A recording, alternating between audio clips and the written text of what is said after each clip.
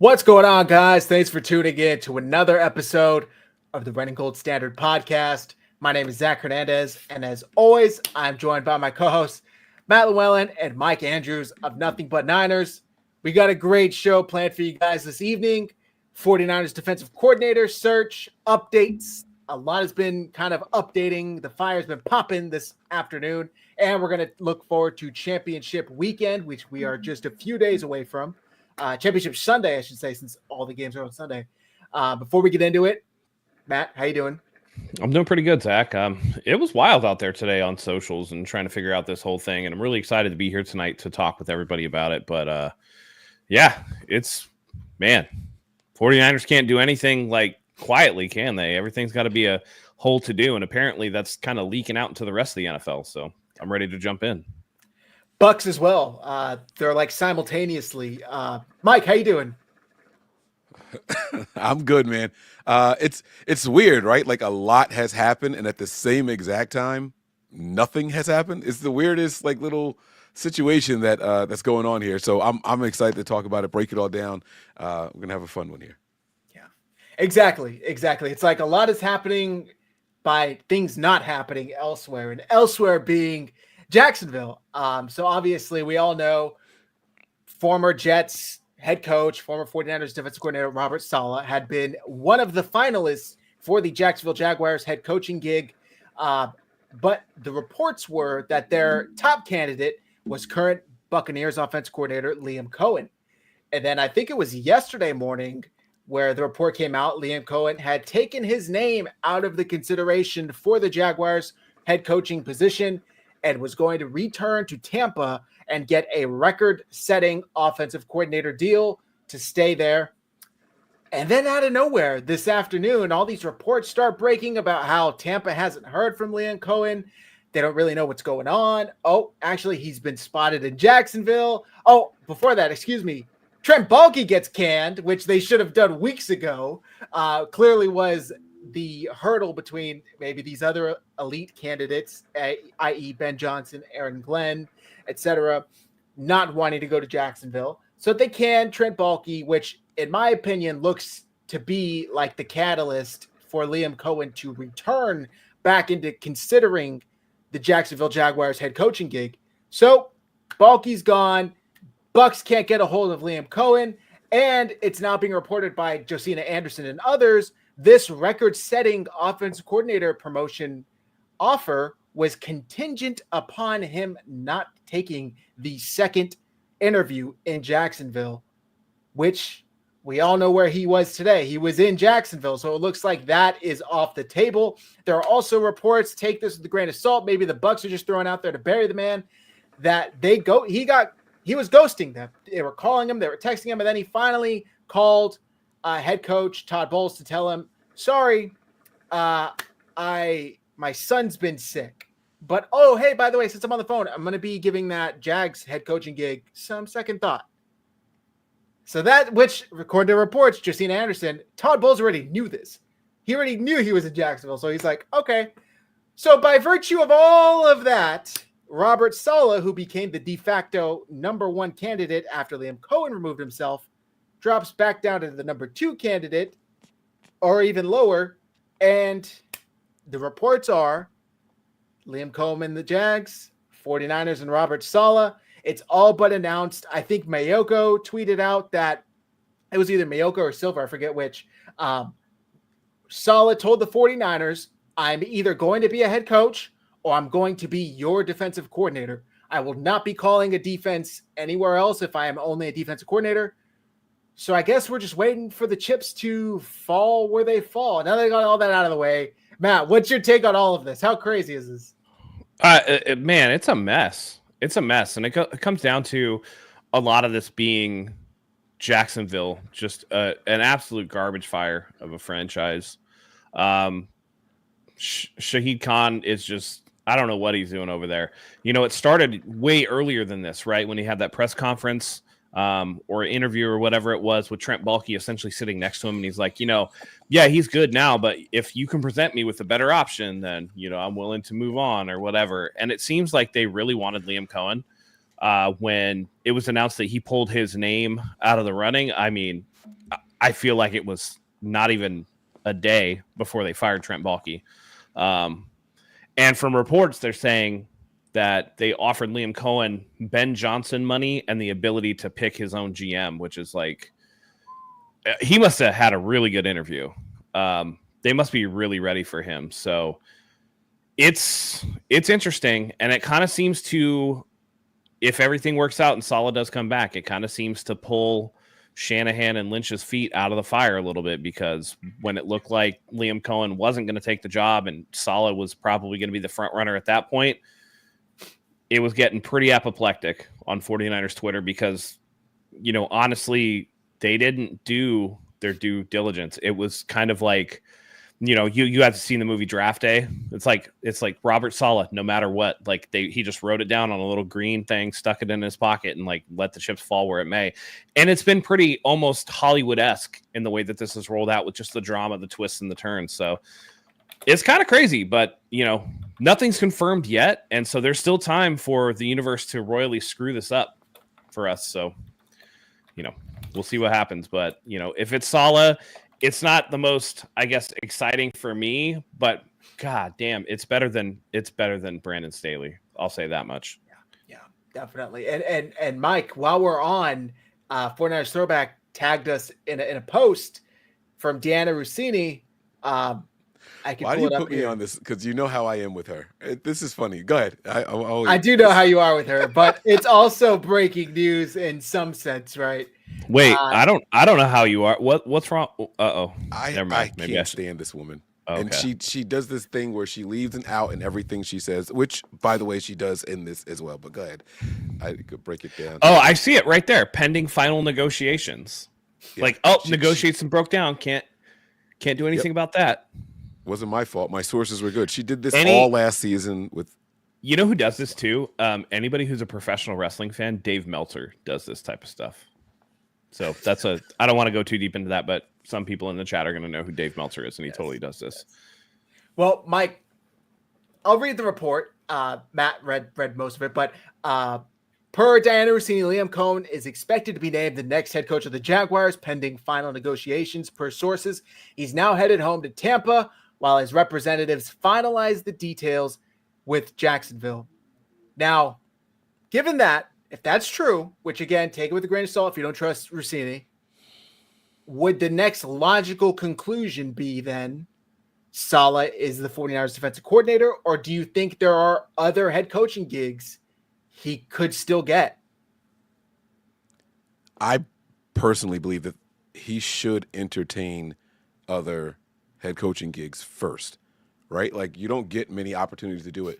And it's not often that a head coach is fired and hired somewhere else the following season. Like, it's usually a season or two off before that. And so the fact that there's opportunities out there, if I'm him, I'm still looking at the Raiders. I'm still looking at the Cowboys. And it's a possibility that those two teams who have been relatively quiet are eyeing someone else on other staffs, right? There's still 4 teams playing right now with some respected coordinators, so you never quite know what the other offers are. But if I'm him and anyone is calling about an interview for a head coaching position, I am definitely taking those calls. He's got a good staff of people that are available, and I'm sure we'll get to them a little bit later, that have been linked to if he comes here and who could come with him, and, you know, special team coordinators from his team and all that stuff. So we can talk about all that stuff as well. But if I'm Robert Saleh, I am not just calling the Niners saying, oh, well, he's going to Tampa Bay, I'm done now. Like, there's still other teams that are going to be in the running. So this whole thing has just been absolutely insane. There was also a report that Saleh was already in Jacksonville today, and then it came out, actually, no, he's not in Jacksonville. He's in Jersey or somewhere on the East Coast. I don't know where he lives. Instead of flying to Jacksonville for his second interview. So he actually didn't even have the second interview with the Jacksonville Jaguars. It's clear this Jaguars job is kind of unwanted. I don't know how to say that kindly. Is whether it's the quarterback, whether it's the owner, whether it was the GM who's now gone, who knows? But there are plenty of coaches who passed over that completely. So very interesting to just keep an eye out because there are plenty of bad franchises that get interviews, no problem. Go ahead, Mike. Do you guys think that they would have had more people interested in the position if they had gotten rid of Bulky as soon as the season ended? Without a doubt. 100%. Who wants to be tied to somebody else's GM? Just even if it was a good one. Look at what they did with Tom Telesco. Yeah. Well, and by the way, that was Trent Baalke's would be if he would have stayed. This would have been his third coach with the Jacksonville Jaguars.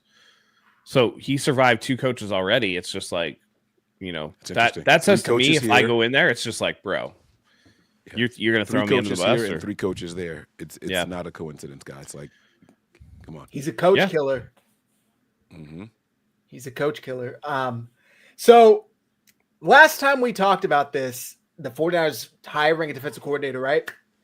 Demo just tweeted fire emojis. Maybe he knows something we don't yet. But last time we talked about this, the 3 of us kind of agreed and shared our frustration that the team didn't really appear to be casting a wide net in this search. It seemed like it was Saleh or bust, and bust being Brandon Staley, who was already on the coaching staff. He was addition last year. And that still kind of remained to be true. We saw this past couple days, Lou Anarumo went to Indianapolis.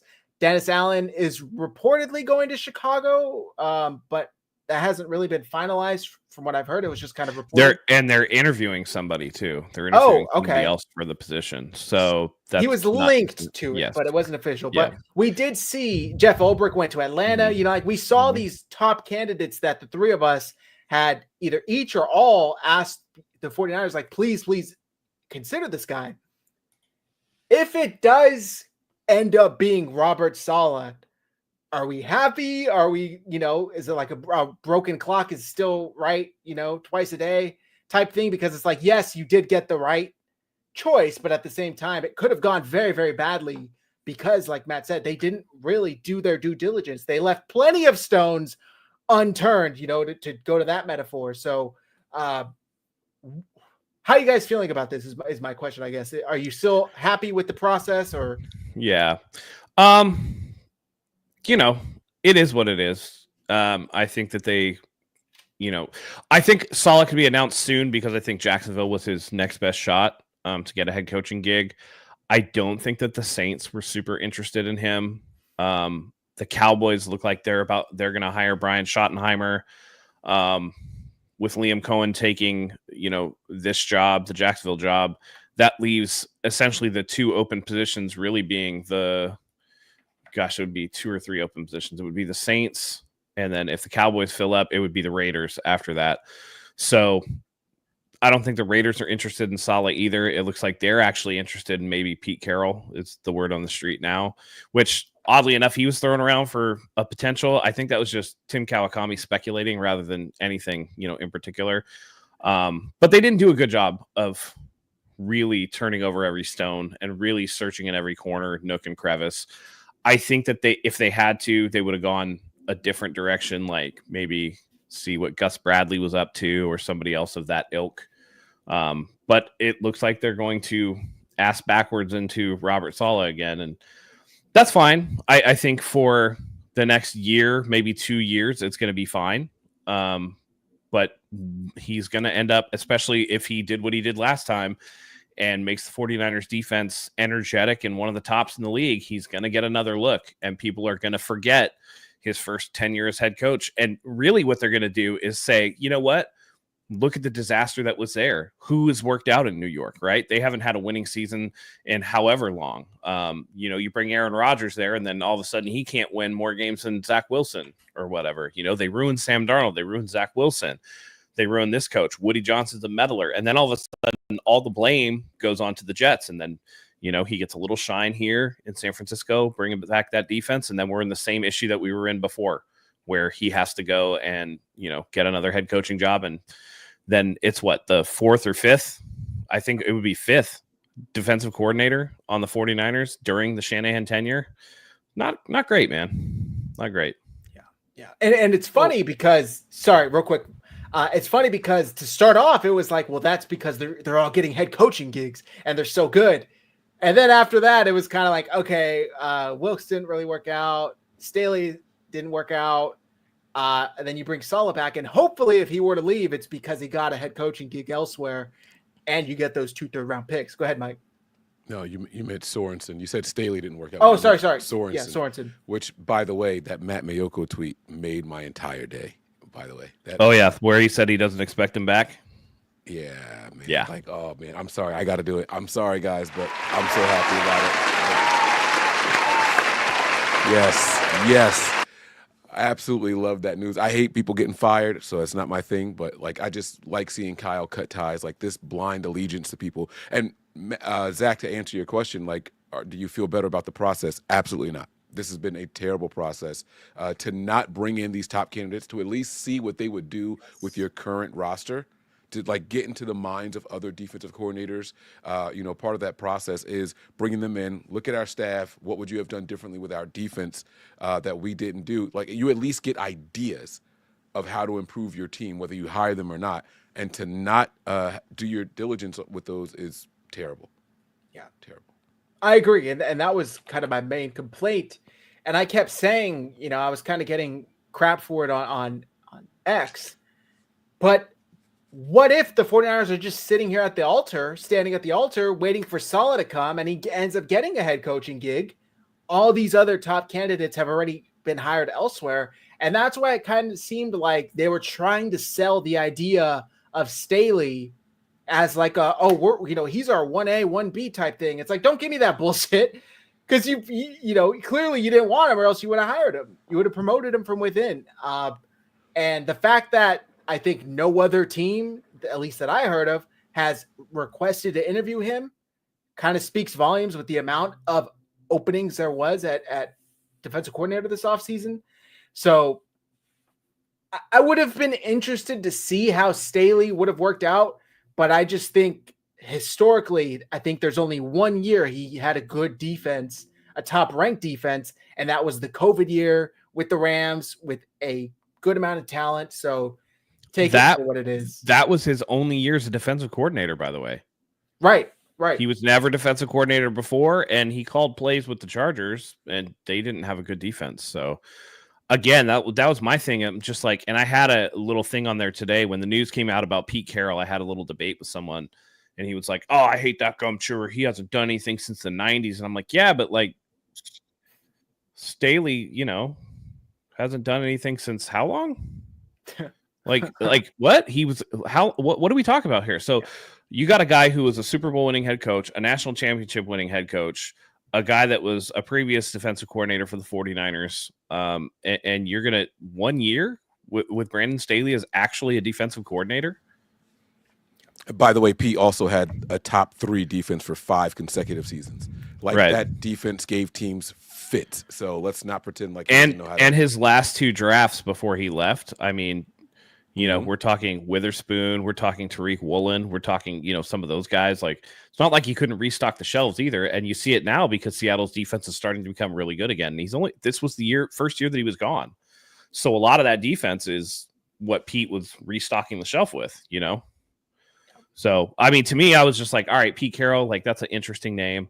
I was always thinking somebody like a Gus Bradley who, Shanahan was linked to back in 2017.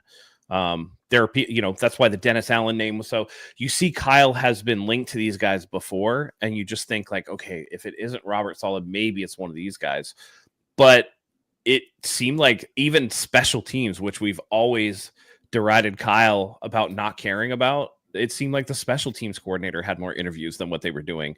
And it just seems like they were dragging their feet. Like, oh, it's Saleh. Oh, it's Saleh. Oh, it's Saleh. It's like when you're about to go, when you want to go on, to prom with this really pretty girl or whatever, right? And you're just waiting for her. You're not the best looking dude. You're not the best looking, there's hotties out there. There's like better looking dudes out there for her. And then all of a sudden it's like, if I don't get her, then I got to turn to, the smelly girl or whatever else, it's not the one that you wanted. So it's, maybe it's not Robert Saleh. Maybe you get one of the next tier guys, right? Like, Lou or a Dennis Allen or somebody like that. But it, as the names start falling, then you're just like, and it was so frustrating because it's Jeff Ulbrich. Okay. Damn, he's gone. Lou Anarumo. I can't even pronounce Anarumo. Anarumo. There you go. I always struggle with that last name, but like he's gone. Okay. Well, what about this guy? No, he's gone. Okay. Well, now this guy's linked to man. And it's just like, I guess we're waiting for Saleh. And if not, I kept putting it in the chat. I was just like, look, they're gonna hire Sorensen, they're gonna hire Staley. Let it wash over you. Just get ready for it, boys, because this is how it felt like. And it was a bad process. If it would have happened in the worst possible, way, with them having to settle for a Staley or a Sorensen because they didn't do, I mean, that's organizational malpractice. I would have been one of the most hypercritical of Shanahan and Lynch going into 2025 if that's the way that they decided, oh yeah, this is how we're going to get back into contention. We're just going to literally swap positions with the two guys that were here last year when it didn't work. It's ridiculous. It would have been ridiculous, and I would have been as angry as anyone because clearly, with all due respect, they're not cut out for it. Like they're not made to do this. They just don't have it in them. By the way, Mike, I know you don't like Rossini, but how about Schefter? Because we just got this from Schefter. I want to get your reaction to.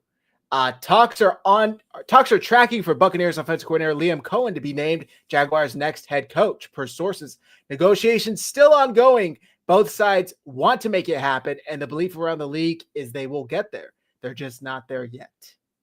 So, yeah, I mean, all signs point to it, so. And I don't have any sources telling me that, but that's what it looks like. The guy goes back for a second interview. He gets offered a very lucrative contract, right? So it's like, hey, like he could have done it. You know what I'm saying? Like he could have signed that contract. It was like, oh, wait a second. You got rid of Balky. Let me do it. The same way that we're talking about Robert Saleh here is what the Buccaneers were doing with Cohen, right? It's like, we want you to be the guy. We're going to pay you handsomely. Let's go. And it's like, well, there's still some head coaching positions. And that's what we got to remember with this whole Robert Saleh thing. It's not done yet. And by the way, after all these head coaches get hired, I think all but one of the top candidates for head coaching jobs are defensive-minded guys. They're still going to need to hire defensive coordinators. Now, you guys said that there's a message out there that Saleh won't take a DC position anywhere else. So that bodes well for the Niners, but there's still opportunities for other names to go somewhere because I haven't seen many finalized defensive coordinators hires other than who went to the Jets. Is it Wilkes? Did Wilkes? Yeah, it was DC Wilkes. job? It was Wilkes. Yeah. Yep.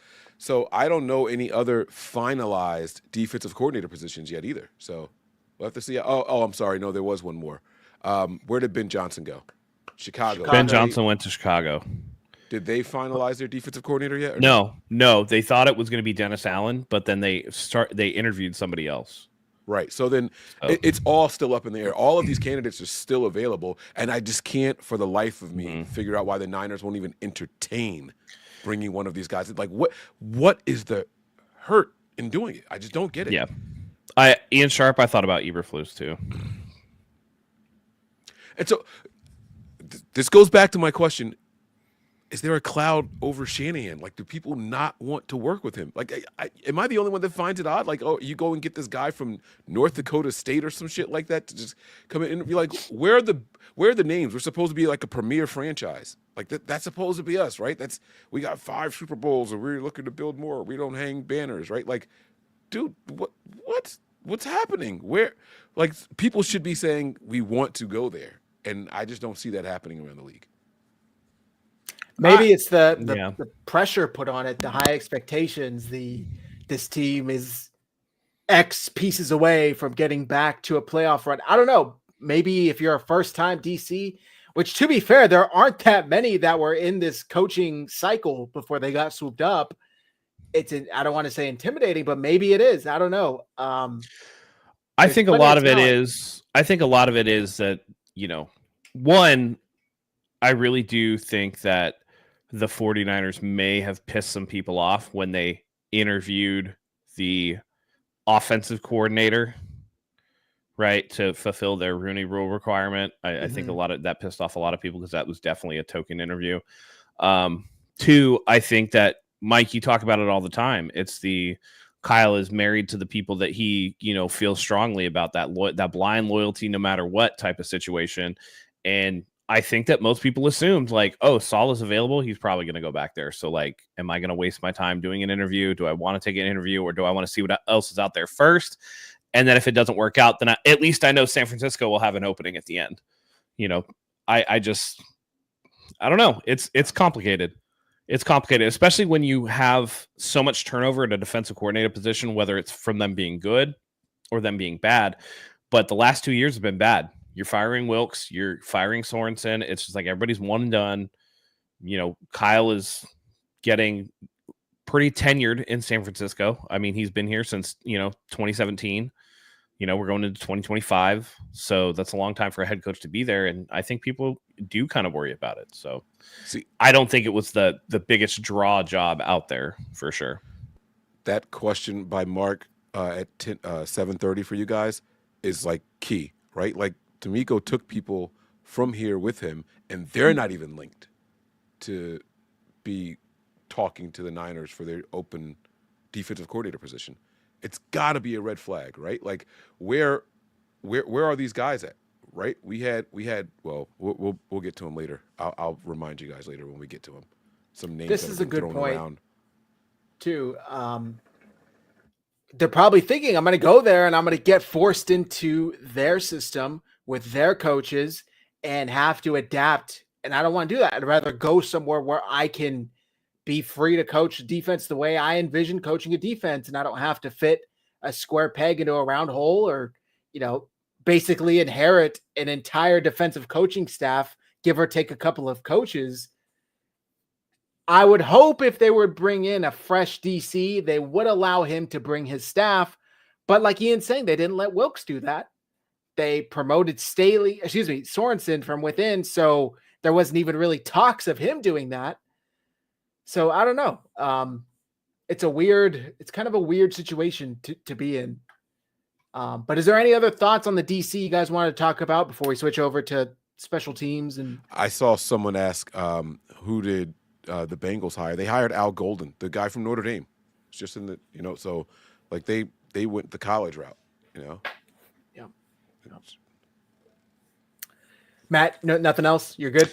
I mean, listen, everybody's going to forget about this process if Saleh comes in and does a great job. And if it is Saleh, whatever else. If he doesn't, and it blows up in Shanahan's face, I mean, this is going to be one more bullet in the gun for people who are calling for Shanahan's job.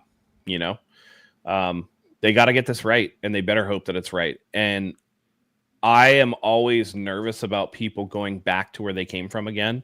Speaking of which, it's like how many times Josh McDaniels, perfect, going back to New England to be Mike Vrabel's offensive coordinator. It's like, how many times can you go back to the same place and succeed before it's just kind of like run its course? So I just hope that the Robert Saleh thing hasn't run its course yet, and that, he has a little more juice to put into the defense.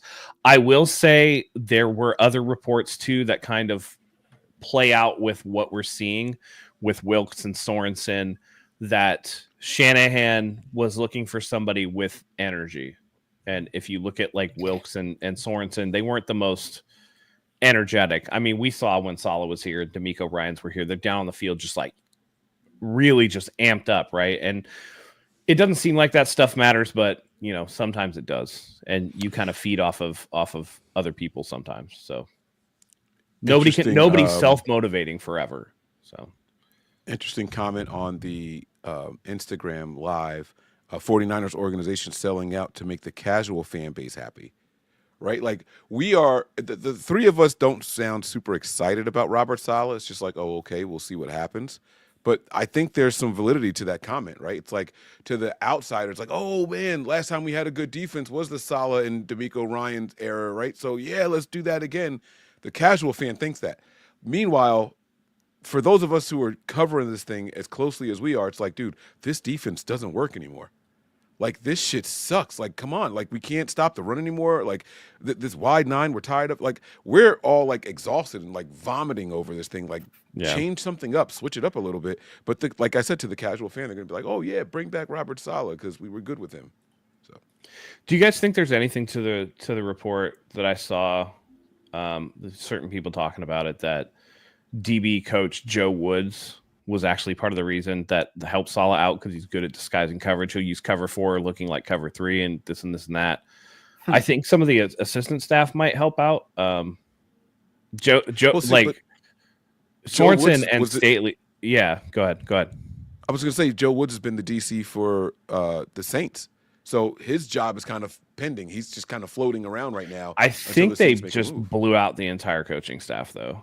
Right. So when they fired Dennis Allen, I think all of them went. There could be something to that where it's like, all right, like, you know, because one thing I will say about Saleh, we have to remember he was very inexperienced, so he depended on the expertise of his staff and around him. So when he came in, it wasn't like you're doing it this way and this is the only way, right? Saleh listened to his position coaches. He listened to the secondary coach and the defensive line coach, and like they put the people in the right position based off of what they were comfortable with and what they were seeing, and not this blind thing that the Niners just did with Wilkes and Sorensen. This is what we run. This is how we do things. Make it work with this.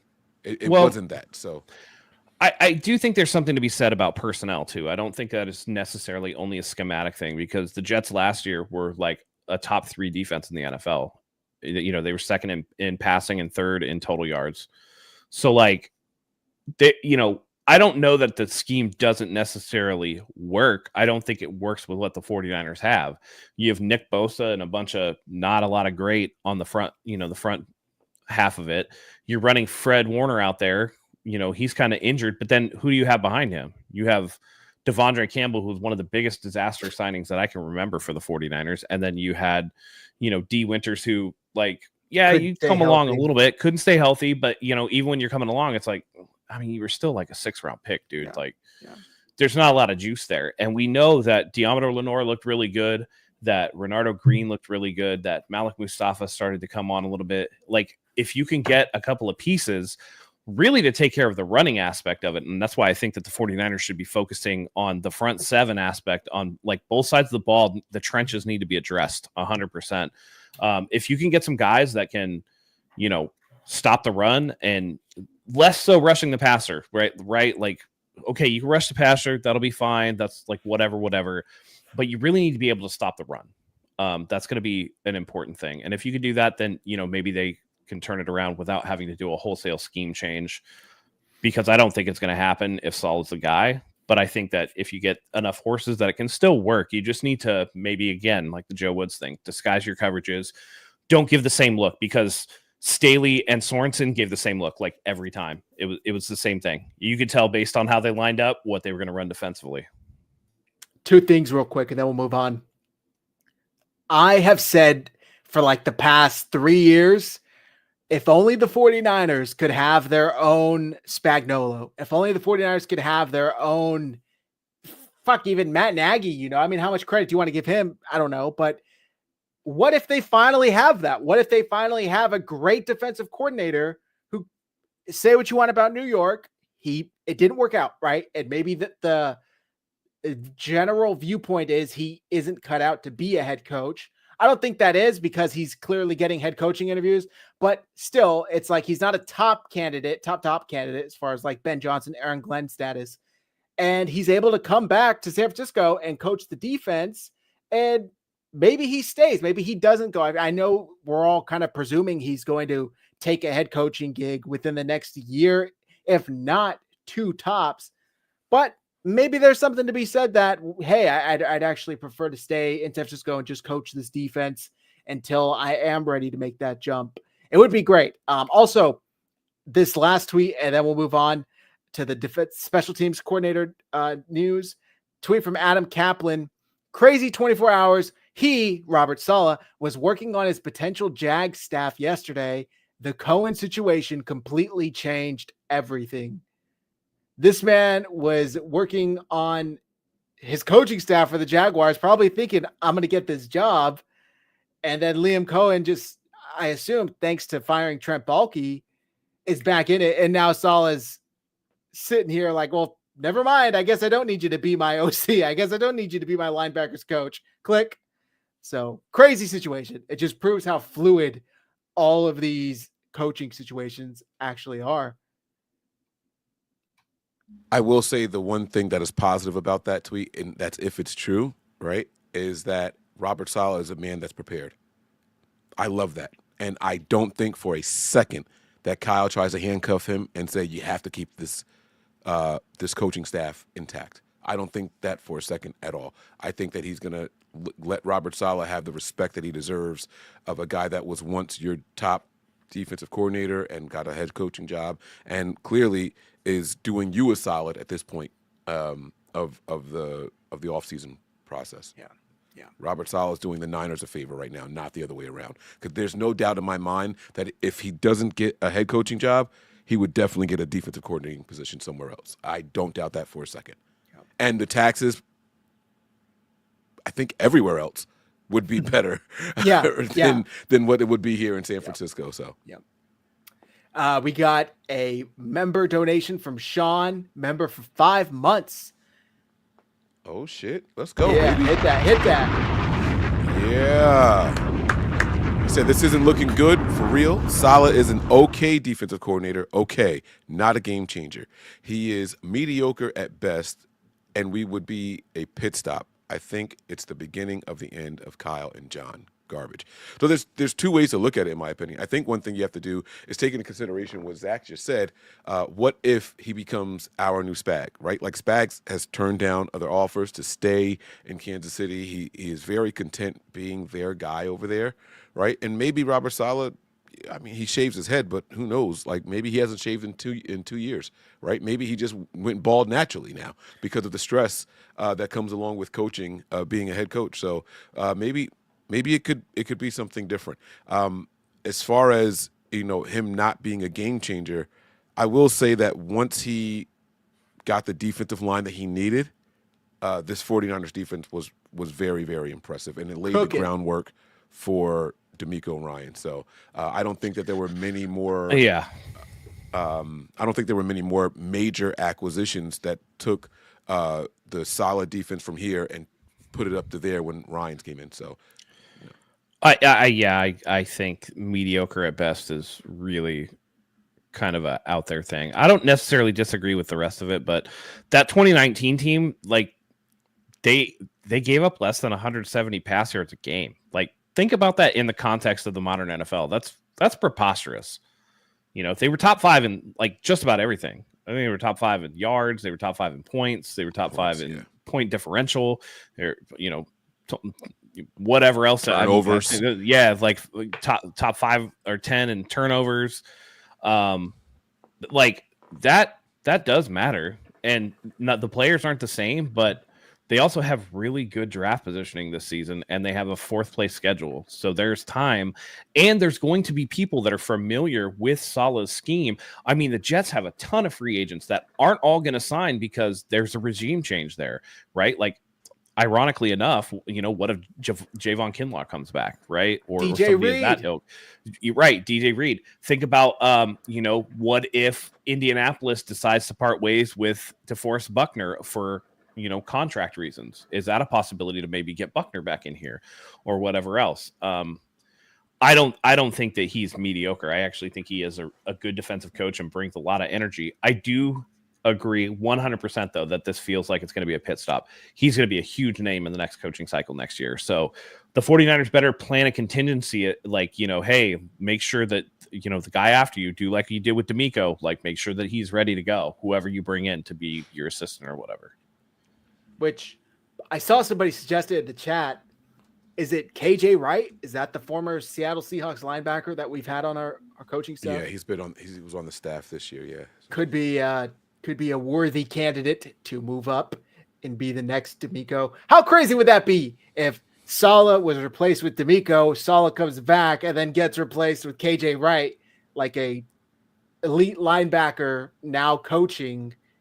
Who knows? Yeah. The trajectory is there. The mold is there. We'll see. All right, let's get into the special teams coordinator talk. I have this tweet here from Matt Barrows. Let me pull it up. By the way, I want to commend you guys for still calling them tweets because I refuse to call them X. Well, it's like post, I guess. I don't know. Yeah, right? Yeah. From Matt Barrows, I like it. The 49ers interviewed Jets special teams coach Brant Boyer for their special teams coach opening. Boyer 53 has been leading the Jets special team since 2016, which means he survived 3 regime changes. Some think he's the lead candidate for SF. Thoughts? I sent the graphic in the WhatsApp chat to support that. I mean, look, anything's better than what we've had for the last 2 guys. I don't care. Right. There's the graphic. So, yeah.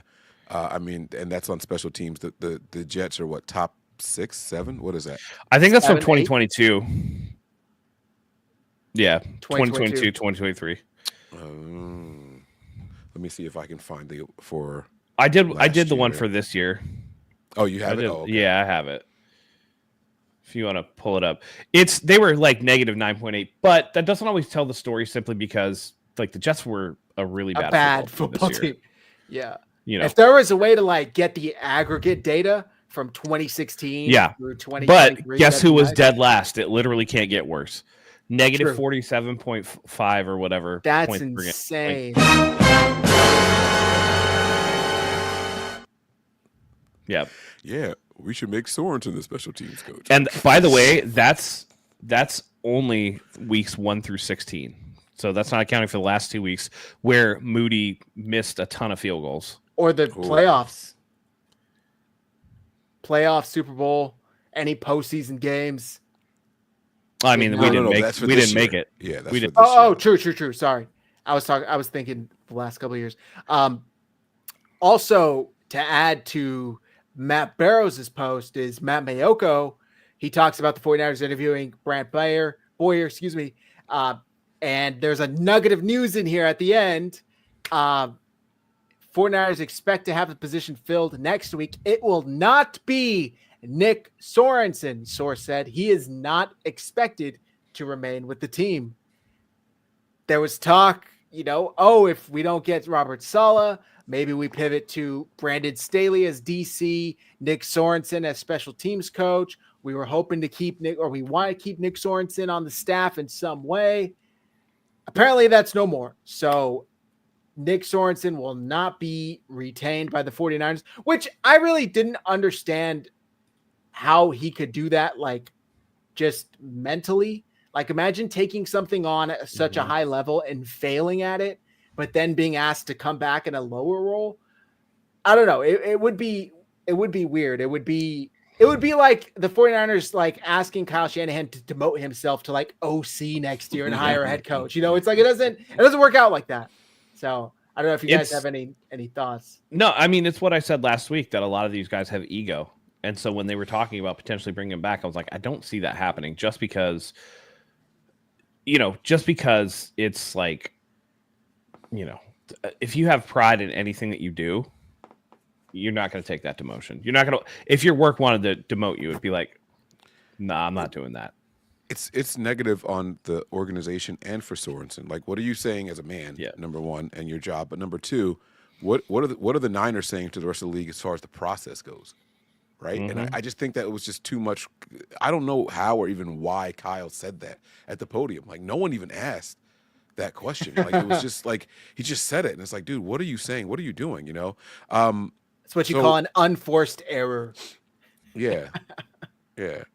So here's one good thing about the Robert Saleh potentially coming back to the Niners, specifically this season, with the high probability that he'll be a top candidate and head coaching cycles the next coming seasons after that. It is a sign that the Niners are going to go all in. We've got a little bit more cap space than what people think. We have I think an advantageous position in the draft.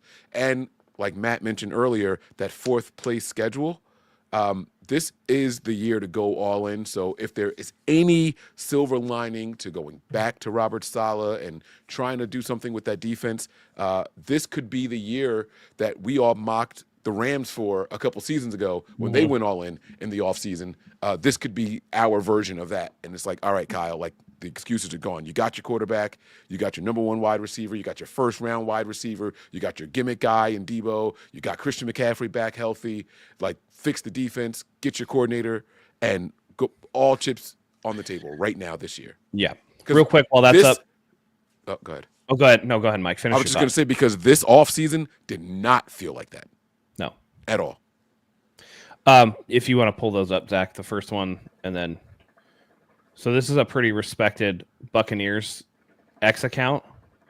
Pewter Report can confirm that Liam Cohen has notified the Bucs that he'll be accepting the Jaguars head coaching job. He will be getting a massive pay raise as Jacksonville's head coach, and he will help pick the Jags' new GM. Incredible turn of events in Tampa Bay. That leads to the second one, and this is to dispute the whole he's mid, Robert Saleh sucks, this and this and that. Look at the numbers before Saleh was fired this year, and then look at him after.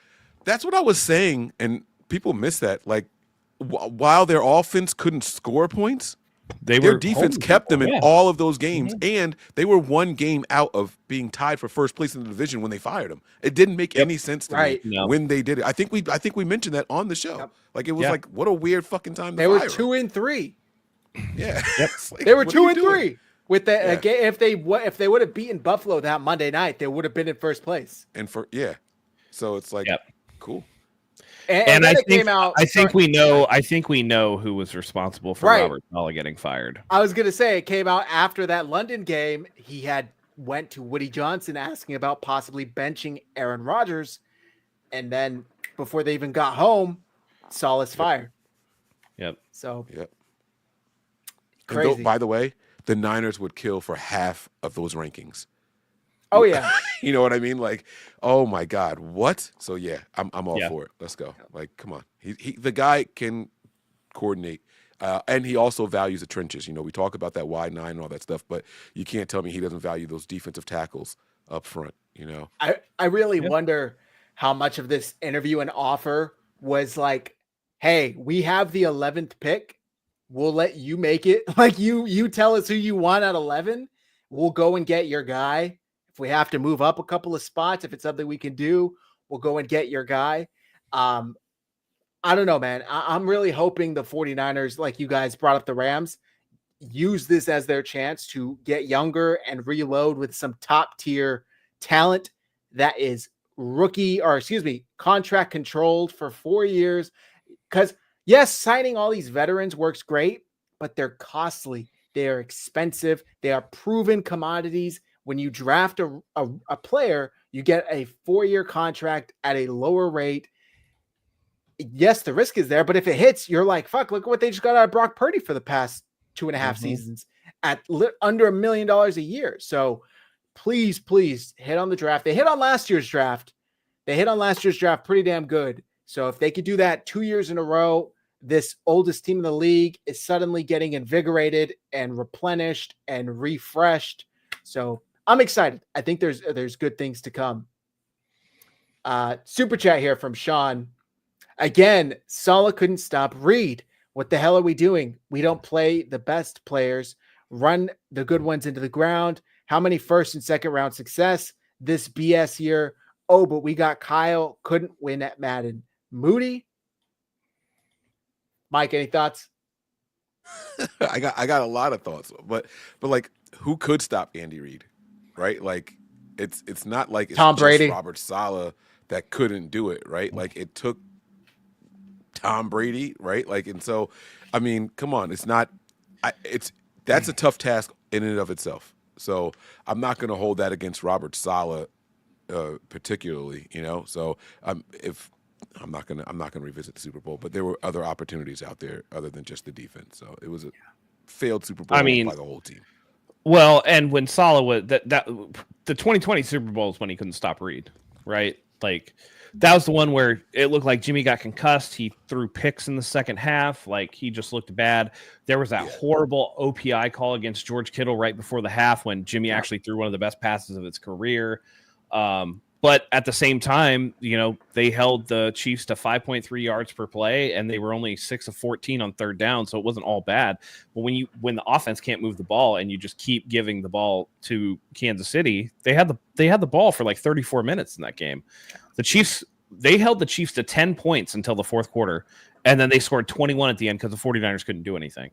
It's just like, again, the defense was gassed. That's what I'm talking about. You need both sides of the ball to be able to sustain each other, right? You needed the offense. Hey, man, like we need like a 10, 12 play drive so that we can like suck down some Gatorade, put some oxygen on, and get ready to go out there and hold this shit. So, I don't think it's simple as looking at the final score and being like, dude, he couldn't do shit. Because Mahomes threw 2 picks in that Super Bowl, by the way. And another one in this last Super Bowl, too. It sucks, but the offense couldn't capitalize. So, by the way, Mark Cisneros, Belichick, Todd Bowles, and Lou Anarumo are the only defensive coaches to stop Mahomes in the playoffs, which is why I was like screaming, at least interview Lou Anarumo. He's the only available DC that has a winning record versus Patrick Mahomes in the postseason. That should be enough. That should have been like, that's all I need to know. Get this man on the phone, because that's the one thing we haven't been able to do is beat Mahomes. I believe even in the regular season too. The Bengals have beaten the Chiefs in the regular season also. I just don't know if he has a winning record. I know for a fact he has a winning record in the postseason. Yeah. But yeah. He was definitely someone that I wanted us to at least make a freaking phone call to. It's like, but it is what it is. We're here now, and it's going to be interesting. I am excited for the special teams change. I'm very, very excited about that. And we'll see what happens with Saleh in the meantime. Another super chat from Sean. No, come on, guys. What are you freaking talking about? We are going all in on a guy that wants to be a head coach. No. We will get ham salad for a year. Saleh, pause. Who cares if his numbers, if he will be gone? Kaka. Well, you said he wasn't good, so now it's who cares about the numbers. You can't have it both ways, brother. And it's not us hiring him. It's us trying to spin positively what his hiring means for the team.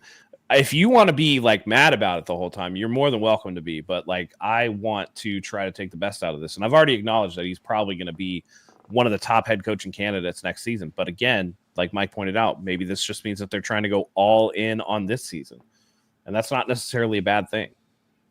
That would bode well for the mentality of a guy like Trent Williams, who I think we wouldn't mind coming back if he's going to be, if he's coming back for one more, especially if you take somebody like, say you take like a Banks or a Campbell at 11 and you want to get that's going to be an instant upgrade over McKivitz. Right. So, you get one more year of even 80% of Trent Williams is still going to be a top 10 left tackle in the NFL. So if he can be healthy and motivated, I think that, and with a full preseason and camp to really get into playing shape at his age, like that's going to do wonders for him, I think.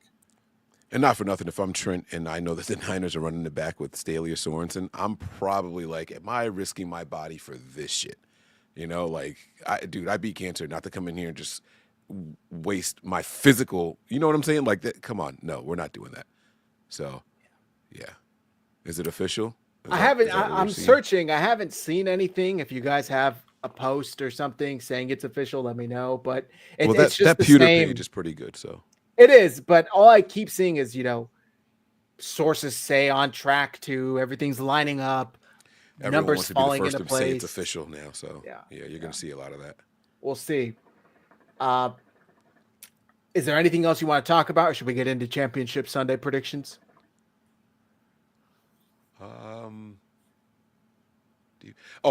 I wanted to ask you guys this.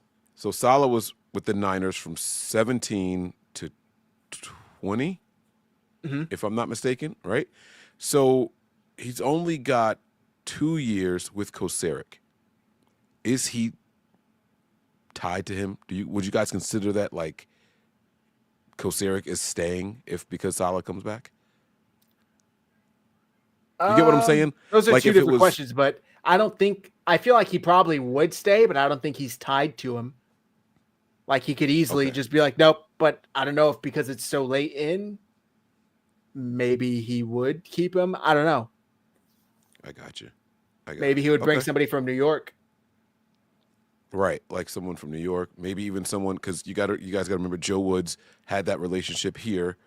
Maybe there's a defensive line coach over from the Saints that he likes, and right, something like that going on. So Yeah. And there are people that he worked with in New York that potentially, you could bring over. Aaron White Cotton was their defensive line coach. They had Ryan Davis as their defensive assistant. There are coaches there that you could potentially bring over. It doesn't necessarily have to be Coach Kasarik, but I think Saleh, another good thing about him coming in here, I think that he's well respected by all the guys that were position coaches under him, like D'Amico, like Woods, and those guys would have excellent input. Like, hey, I have this guy over here. He deserves a promotion. He'd be good for you. I think Saleh would be open to listening to that. Again, that report that you guys read earlier was that he was putting together a staff for his team in Jacksonville. And I almost guarantee you it had something to do with all of those different teams, Houston and New Orleans and New York. And he's respected with the people that played under him as well. Fred Warner and Nick Bosa are going to be real excited to have him back. And I'm excited to see what he does with Diamador Lenore because he was gone before we drafted Lenore. So, and Mustafa, some good talent, Renardo Green. Some good talent, right. Also, so it'll be exciting to see what he does with them for sure. Something to consider as far as Kasarik coming back. We just read a post from Adam Kaplan 24 hours ago. He was assembling his own staff. Maybe there's a coach he has in mind that says, hey, I was going to take you to Jacksonville with me. Why don't you come to San Francisco instead? And I'll make you defensive line coach. Yeah. I don't know. It's something to consider. Another super chat from Sean. Kyle and John playing pocket pool with our season for a 1-year hire when we are at least 2 away. Garbage. No other interviews. Garbage. I mean, they interviewed Staley and Deshae Townsend. And why are they 2 years away? That you're talking about a season where they didn't have Christian McCaffrey essentially the whole season, where Brandon Ayuk held out and then ended up getting injured in week 5 or 6. You had Trent Williams hold out and didn't look like Trent Williams. You had a very diminished Debo. You had your first-round pick get shot. You had Fred Warner playing on a broken ankle. You had Dre Greenlaw recovering from an Achilles. You had Talanoa Hufanga hit IR, I think, 3 times during the season. You had Javon Hargrave go on to IR before the season even started. Aaron Banks played injured. Right. The offensive line was shuffled so bad that you get half of these guys back. Right. You get half of these guys back. You have the number 11 pick in the draft. You have 11 total picks, including comp picks, and you're playing a last place schedule, and you don't think the 49ers can turn it around and compete for Super Bowl next season. I don't know. I don't know where that comes from. You'll have to explain the logic of that to me because it makes no sense whatsoever. Yeah, I don't think we're 2 seasons away at all. I do think that the Niners can go all in this upcoming season. The 49ers could easily win the division next year. It's like telling the Commanders you're 2 to 3 years away. Look where they're at right now. They hit on one offseason. They hit on a quarterback, a GM, a head coach, some key free agents. Coordinator, Cliff King. Offensive coordinator. Look at them. Nobody predicted them to make the playoffs this year. They're in the championship game. But did we not? We also have the blueprint for this. Right. They were just there. They were just Jimmy there. Garoppolo in 2018 tears his ACL. The team goes trash. They draft Nick Bosa, and the very next season they make the Super Bowl. Yeah. I want a little bit of credit. I was wrong, but I did pick Washington to win that division. They didn't win it, but damn did they make it to the postseason and make some waves. I just want to put that out there. Did you guys see me pat myself on the back for picking Washington correctly last week? Yeah, I'm rarely right on these, so I got to take it. Yeah. I think that's a good way to let's get to it, man. Because I want to talk about it. I want to talk about it. These upcoming games. Sean, we're going to be moving on. I appreciate your contributions, brother. I can have it both ways, bro. My super chat. Thanks. And no, Saleh was a garbage move. Well, it's not an official move yet. Yeah, we'll see. We'll be on here when it's official. They could still screw it up, so there's always that. So divisional round. Let's start with the biggest surprise, which is obviously Washington versus Detroit. Washington goes into Detroit, has a hell of an opening drive, goes for it on 4th down, and then converts, finishes the drive with a touchdown. They go on to whoop the Lions. I want to say the final score was like 45-31 or something like that on top of my head. Jared Goff throws 3 interceptions, one of which is a pick 6, gets leveled on that pick 6, has to leave the game for a bit. Teddy Two Gloves comes back. Which, by the way, have you guys seen the Lions' hatred for Ben Johnson, saying that he sold the team? He was too busy focused on his interviews to prepare the team for the game. You guys put up 31 points and like 500 yards of offense. Maybe Right. it wasn't. And Ben look at Aaron Glenn like escaping entirely Yeah. unscathed, even though they gave up 45. They're like, blessed. Like, we love you, Aaron. We love you, Big AG. You'll always be a real one.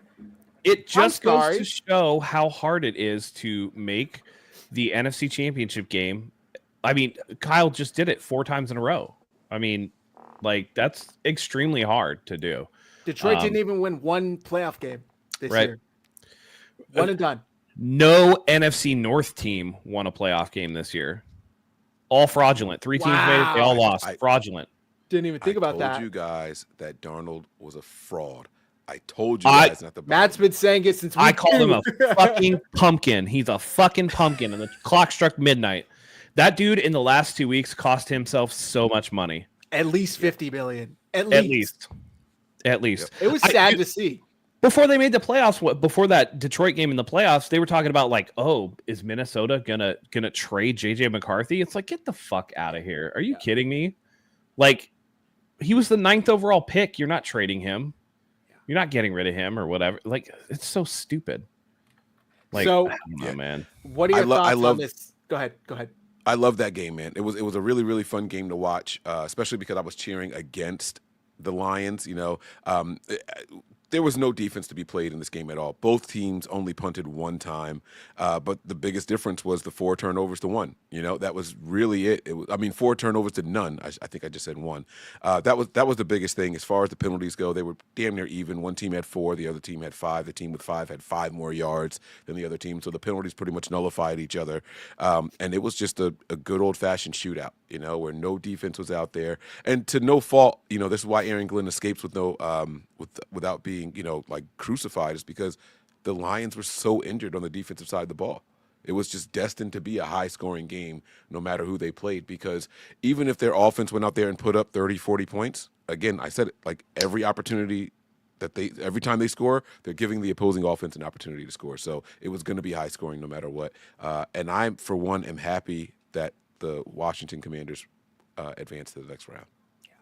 I mean, I posted after the 49ers played the Lions, we found out one thing, and that's your defense is Swiss cheese. The 49ers are going out there with second and third stringers and slicing and dicing the Lions like starting defense. It was really bad. They still put up 30-something points against the Lions. Off the top of my head, I don't remember how much it was. It might have been 40. It might have been. It was they. Oh no, 34. They put up 40. 34. 40. That was one of Brock Purdy's better offensive performances of the year, even though he had those 2 late picks. But it was perfect for me because I didn't want them to win to get a better draft pick, but I also would like to see some entertainment. That game this past Saturday night was an ass whooping, a complete ass whooping. And that was the type of game where it was so clear which team had all of the pressure on them and which team had none of the pressure on them. There was no pressure on Jaden Daniels and the Commanders. They are ahead of schedule. Nobody expected them to win as many games as they won this year. Nobody expected them to win. The money was like 91% on Detroit Saturday night. Like nobody expected them to win. So it was a wild, wild performance. And I just got to say, like I said last week, something about Detroit just smelled one and done. I don't know. Something about them, the cockiness. They didn't act like they'd been there before. They acted like they've already won 10 championships in the last year. You didn't take it seriously. You're one and done. And now you're sitting at home watching the championship round. Well, their Super Bowl was beating the 49ers, a very diminished 49ers team. Clearly. That was their Super Bowl. That was their highlight. So, yeah. They said it. That was the scary part. It's like, why do you guys care this much? Like, you have nothing to gain by winning that game. And, I mean, it's cool that you know, I guess I like that mentality, I guess, right? But it's like, dude, focus. Like, what are you doing? Like, what are you doing? So it was cool. It was very good. Yeah. And Jaden Daniels was so sick, dude. He's so good. He was really good. Did you guys hear about the VR, how he trains? Did you guys hear about that? So he No. was during the draft process, he was requesting like whatever team is going to draft him to allow him to train with VR headsets. And what he does is he does the plays, but he watches it at 1.5 times the normal speed or 1.75 the normal speed. So he naturally processes things significantly faster. So when he's in a live game scenario, it feels slow and he's relaxed, so he can make better decisions and not panic. That's really cool. I didn't Yeah. know about that. And it's not 1-to-1, but in the medical industry, there's actually studies that show that surgeons who play, do like surgeon simulators and stuff like that, make like it's an order of magnitude less mistakes. They're far more efficient when they do that. So it's kind of cool. I listen to podcasts at 1.75 speed. If that does anything, I don't know. And that's why I think I speak so quickly. It's a problem that I have. Like I have to take that out and slow down when I'm talking to other people. We got another super chat from Sean. Yeah, bro. And with an exec, we had Washington. We have no line except Pooney. Oh, and 38-year-old Williams, maybe Ayuk, and a play caller that can't rotate. And all those stars are old. Yeah, man. Can't see my logic. Not one away. I don't know if he needs CMC's, the good news is CMC's not old, right? Like he's what, 27? Like, you got Ayuk coming off an injury. Again, I think he's that not old. Ricky Pearsall is going to break out next season. George Kittle's 32, but he just had one of the best seasons of his career. Mm-hmm. Again, the trenches is where they have the most issues, but they have a lot of draft picks and they can start to address these. There's also free agency. I know there was a report out there, don't expect the 49ers to spend big on center, or offensive line, but center's the one position that they have spent on. And they've done it a couple of times. They've brought in guys to replace other guys. Mack and Richburg. Yeah. Mack, Richburg, you get veterans. They brought in the guy from Atlanta who's been out the last couple of years with some injuries. Matt Hennessy. Is it Hennessy? They signed him to a 2-year deal. So they obviously think there's something there if they can keep him healthy. And there are avenues. I don't think that there's going to be, I don't think they're too old. And again, 4th place schedule. So you're if you feel that way, I'm sorry you feel that way, but I'm going to choose to be, again, optimistic. So let's see what free agency brings. The 49ers are going to have like the 4th or 5th most cap space in the NFL. They're carrying like $50 million in rollover cap. So even if they sign Purdy to an extension, new money's not really going to hit until a couple years down the line. So they got time. Let's go to the other NFC game from the divisional round, which was the Rams versus the Eagles, which was a snow game. This box score looks closer than it was, in my opinion. It was a close game, and then the Rams could not control the ball, take care of the ball. Kyron Williams had a fumble. I think Matt Stafford either had a fumble or threw an interception off the top of my head. The final score was 28-22. Eagles beat the Rams. The Rams did have a last-second touchdown. Saquon Barkley, 26 carries, 205 rushing yards, 2 touchdowns. Jalen Hurts, on the other hand, 15 for 20, 128 passing yards. He did have an additional 7 carries for 70 yards, along with the 44-yard rushing touchdown. But the Rams, in my opinion, were just outclassed in this one every way. What are your guys' thoughts on this matchup? Happy to see the Rams go down. I don't like Philly for like locale reasons because I'm out here. And I don't like the Rams because of our division thing. So I just wanted to see a good game. I was going to be happy with whatever result or mad at whatever, I guess. I don't know. I don't know that they got outclassed. If it weren't for a timely drop and a turnover, I think they had Philly at one point in this game. I was really like, I think Philly's going to lose this one. The truth is, Hurts is just not there. He's not back from his injury all the way. They're afraid to let him throw. Thank God he's got the athleticism that he has, and that's why he was able to run that score. And Barkley would just ice the game with that long run at the end. He had a long run in the first half, I believe, and then one at the end. And without those two scores that he busted out like that, this looks very, very different, you know. Mhm. So a couple bounces in the right way for the home team, cool. And in that bad weather, if this was not in the snow like that, I think the outcome is different. But ifs and fits and Yep. all that stuff. So Again, you're talking about a weather game that brings the talent level, you know, and then it's about who makes less mistakes. The Rams had 2 turnovers. The Eagles didn't turn the ball over, so that's kind of where you're at. But I mean, when accounting for sacks, Philadelphia had 65 net passing yards on the day, which is horrific. This is one of those where it's like Saquon Barkley really is carrying the team. So they better put that dude in bubble wrap and just like send him out there on the field when they need him. But it's like this was well within the Rams' reach. And so, I mean, I'm sure we're going to get to our picks later, but Philadelphia, I don't know, man. Sean, no. Okay, you are entitled to your own opinion, even if you were wrong. LOL. I guess we'll just have to wait and see. We'll revisit next year. Yeah, I picked the Rams, which I felt like an idiot because I felt like a genius taking Washington, but I parlayed it with the Rams winning, so that was all for nothing because the Rams didn't win. By the way, Mike, Barkley in the first quarter, the second drive had an 62-yard rushing touchdown, and then right after the Rams forced it to a 7-point game. The first play from scrimmage on the ensuing drive was a 78-yard rushing touchdown. So the dude just is elite. And behind that offensive line, it's no wonder why he's having so much success. I know a lot of people are like, how could the Giants have let him go? Let me put it to you simply. He would not have this level of success if he stayed in New York. New York was right to let him go. They are not at that stage in their rebuild to where keeping him at that price tag would have even made sense for them. So, unfortunately, he just got away and went to a division rival.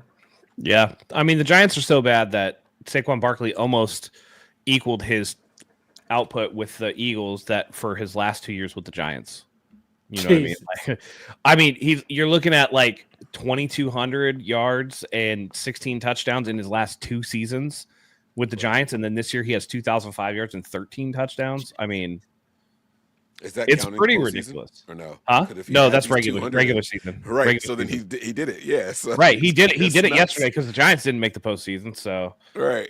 Yeah. I mean, he went from 4.4 yards per carry in 2022, 3.9 yards to carry in 2023, all the way up to 5.8 yards per carry this year. With the Eagles. And they have a better offensive line for the run game, so it suits Barkley a lot better.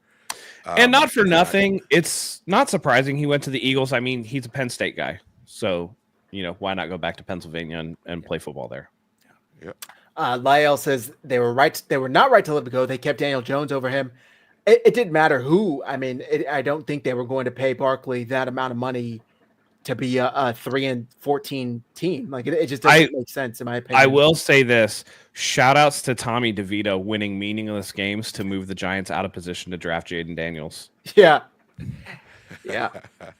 Joe Schoen, is that Joe Schoen, the GM? His son was on Hard Knocks telling him, draft Jaden Daniels, make a trade. You only have this job once. Yep. Kid had some brains. All right. Any final thoughts on this game before we go over to the hell, which is the AFC side? I just want to remind people that Hurts has not looked good in his 2 games back from injury at all. And they are very, very cautious with him in his running, even though he had that big run in the 70 yards in this game.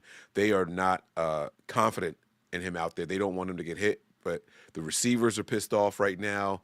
When this guy, you have 2 really good wide receivers that can't combine for 100 yards in 2 games, like they're pissed off.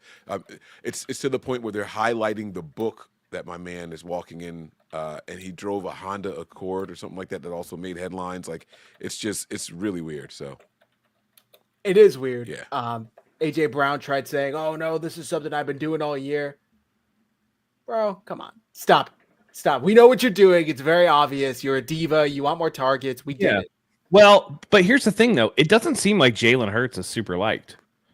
Is he like Russ Wilson 2.0? Because a lot of Seattle players didn't like Russell Wilson as well. And it seems like not a lot of people like Jalen Hurts in Philadelphia. Well, the truth of the matter, so there was a play.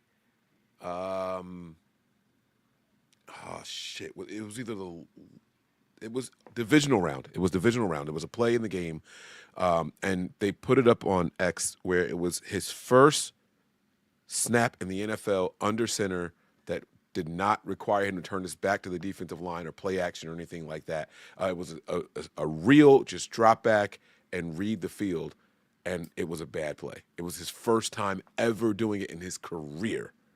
Wow. I wish I could find that play. I sent it. Oh, if you guys give me a second, I can send it to you. Yeah. Go ahead. Sure. Pull up the super chat. Yeah. Baust the gamer. Apologize if I mispronounce that. I disagree that the scheme doesn't work anymore. The Texans ran the same system, and their defense was great. We need to bring in some DTs that stop the run, bring back DJ Jones, so we can rotate Collins and Hargrave. I don't think Hargrave is going to be here, but yeah, no, Hargrave's already been designated as a post June 1st release. So, I agree. Possibility they bring him back though. Yeah, at less money. I will say that it was my point, right? That I said that earlier. They need to get defensive tackles and stop the run and let the back half take care of itself. That's been the biggest 49ers issue, is being weak right up the middle. And I think that kind of started with, the end of the D'Amico Ryans run when they had to get rid of some pieces and tried to fill them with different things. Really after Buckner left is when that really started to take a nosedive. But, Mike, did you want me to pull the video up? I think we should be okay. If you play it without making it full screen, we should be okay. But it's more about the post and what they're saying. The fact that this kid got a contract extension as large as he did, it says this was Jalen Hurts' first career under center drop back that did not feature play action. How long has this guy been in the NFL? And watch this play. Look how awkward he looks. He looks so awkward. Did you see the like he took a hesitant step like as soon as he snapped the ball? Like look at it's like he didn't even know what to do with his feet. I don't know. It was throwing across his body too. It did not look natural. By the way, that didn't even look like a read the field. That looked like a predetermined read.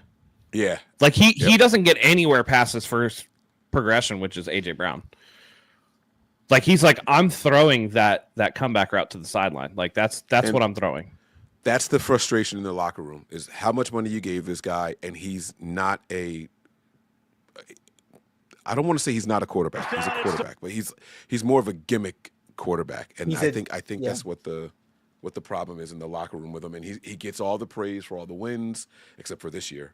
Because this year it's been Barkley, right? And so I think he's going to be their Achilles heel going forward. He's a deep ball merchant, and he's not even fast. That's what trips me out when I see him like bust these runs open. He's like running like, I don't know. I'm watching Deebo Samuel out there. It's like, what the hell? Tackle this dude. He's like a chunky guy running out there. I don't know. You would think he would get tackled a lot sooner than he is, but I don't know. Lake City Fresh. Go ahead. And by the way, he's like, people accuse certain people of stat padding, right? His rushing touchdowns are so stat padded because of that tush push play. It's ridiculous, dude.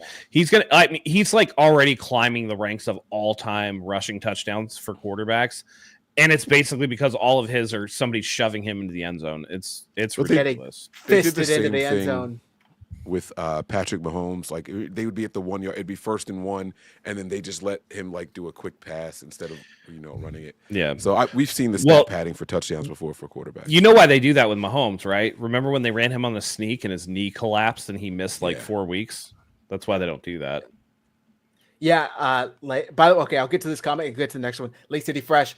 Zach, Mike, Matt, did you see the clip of the Commanders DC saying if they run Hurts like a running back, we're gonna fuck him up? My guys know to hit him if he runs. I did not see that, but I'm glad because if you're a quarterback running as a runner, there are no protections, and there shouldn't be any protections. This is a very good segue into the next fucking game, Zach. Last if point.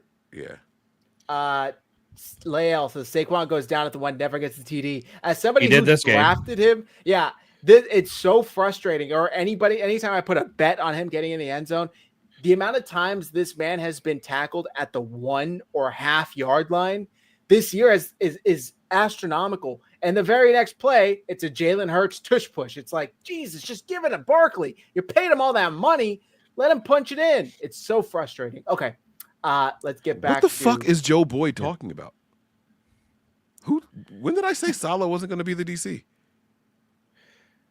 Are you behind Joe Boyd? Are you watching this like 30 minutes ago? I know. Even 30 minutes ago, did I say he wasn't? No, you did it. Maybe because you didn't believe Rossini. I don't know. It's like 99%, 1%. Like there's still an outside chance they screw it up, but he's going to be the DC. By the way, we're talking about divisional round. We're not even talking about the DC anymore.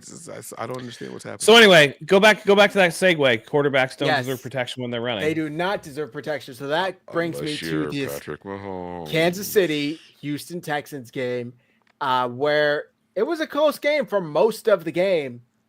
Obviously, Kansas City won 23-14. Patrick Mahomes drew the ire of a lot of the NFL community. The first drive, get a stop on third down, but the forgetting the name of the Texans pass rusher, second-year guy. Was it Anderson? Anderson. Yeah, Will Anderson gets flagged for roughing the passer for his helmet-to-helmet contact on Patrick Mahomes, which it looked like he hit his chest, and maybe there was a tad bit. It looked very, very inconsequential. The ref threw the flag before Mahomes even hit the ground. Thank you, Will Anderson. And he was behind him. So it's not like he had a good view. Yeah, behind Mahomes. It's not like the ref had a good view of the contact or not.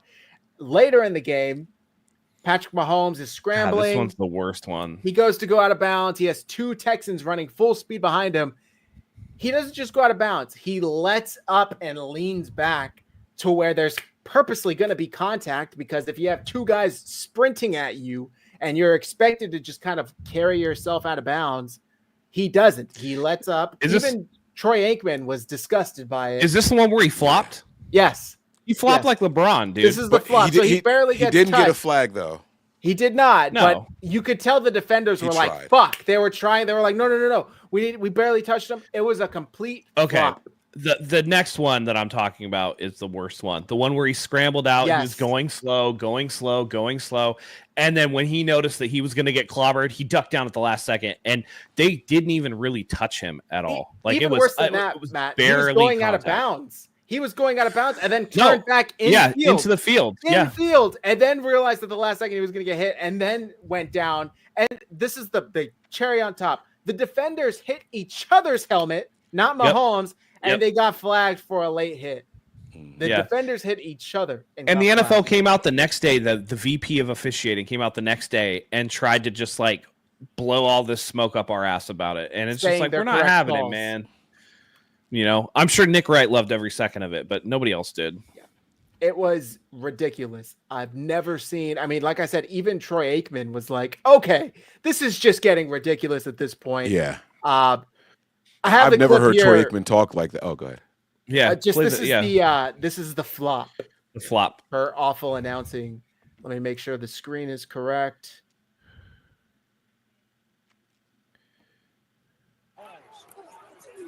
Second and goal. Mahomes fakes that little pass and then puts it in his left hand. He kind of flops out. You hear the stadium. Oh. Mahomes trying to get a free first down, won't get it. And a gain of just 2 is To'o is along the sideline to make the stop. Look at him slow up. He's trying to draw the penalty. You see that rather than just run out of bounds, he slows down. Look, dude, I think it's the one below. It is. Yeah, I think this is the one that I'm talking about.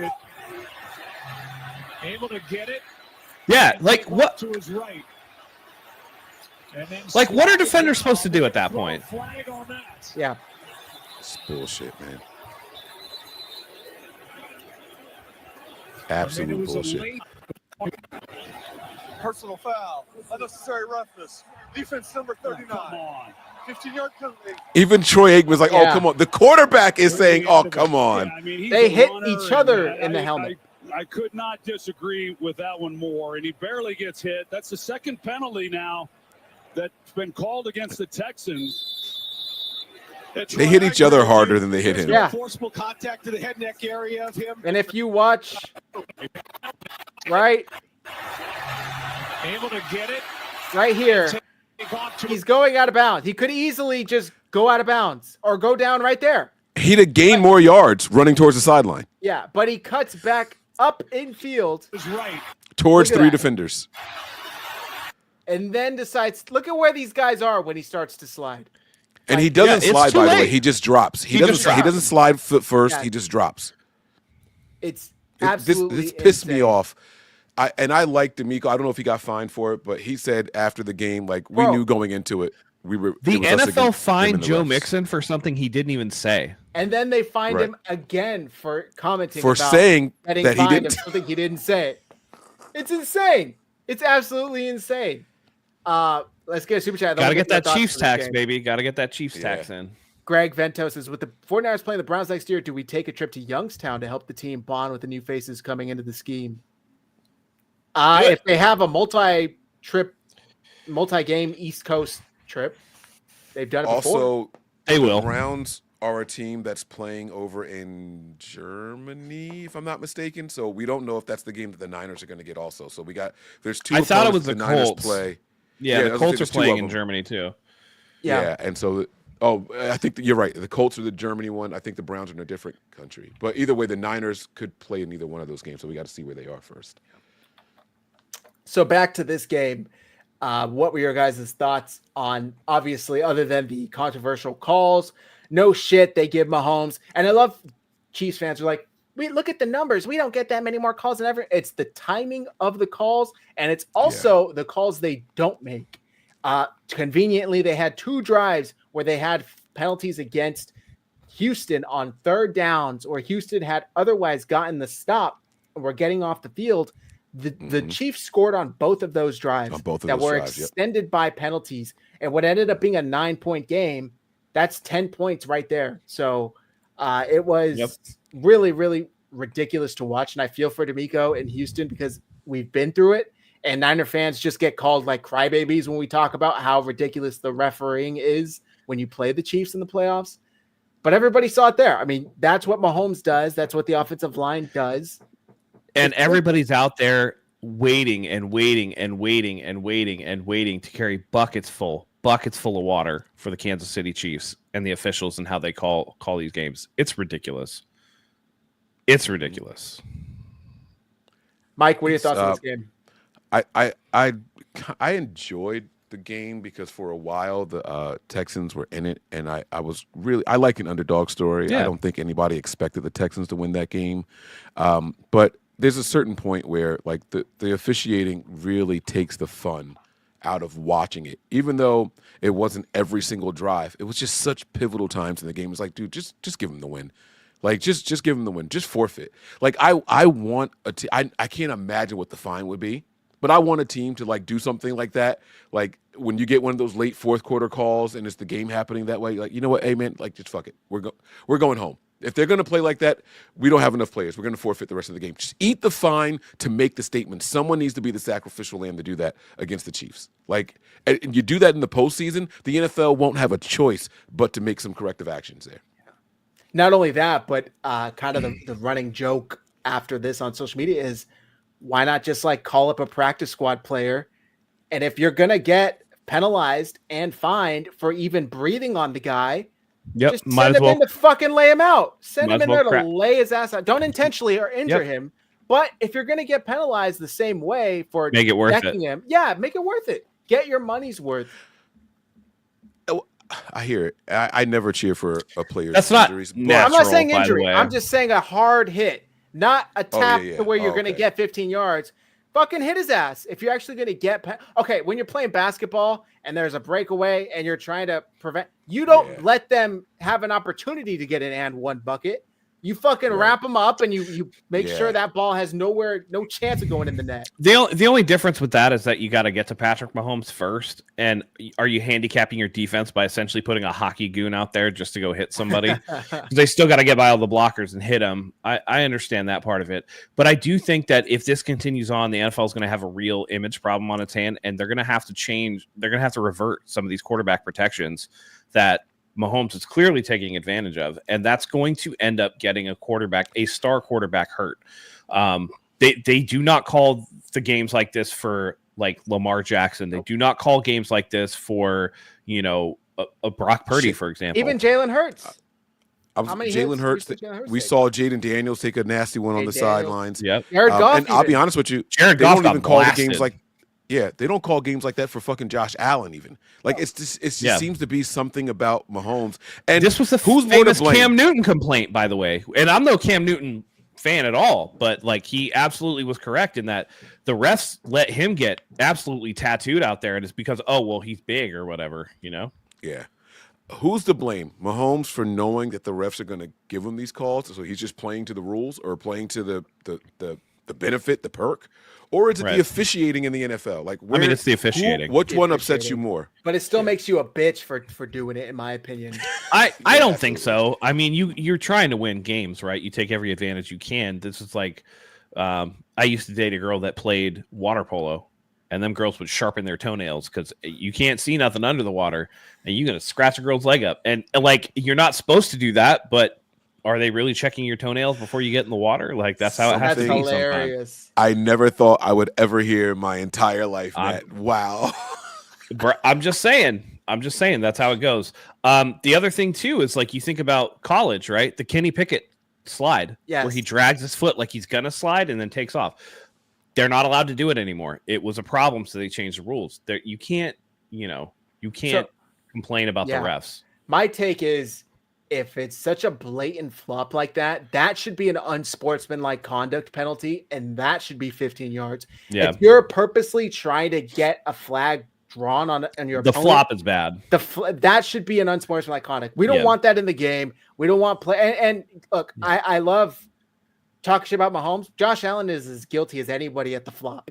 This dude is 6'5", 280 pounds, or however fucking heavy he is. And the dude falls at the breath. Like he's flop city. So Josh Allen should get penalized. Mahomes should get penalized. And then maybe we won't see this anymore in our league. It seems to be a younger generation thing. Yeah. Somebody out here was saying that, I'm going to put this up. Oh yeah. Sharpening your toenails. Gangster. Dude, they do that. They give each other like wedgies underneath the water. Like those girls are wild, dude. Like girls are ruthless too. When they're competing against each other. I'm just like, damn, bro. That's funny. Right there. It's so bad. Yeah. And she played like high-level college water polo. Law of Oz says, only guy I've seen they call games like that is for Brady. Now that's suspect.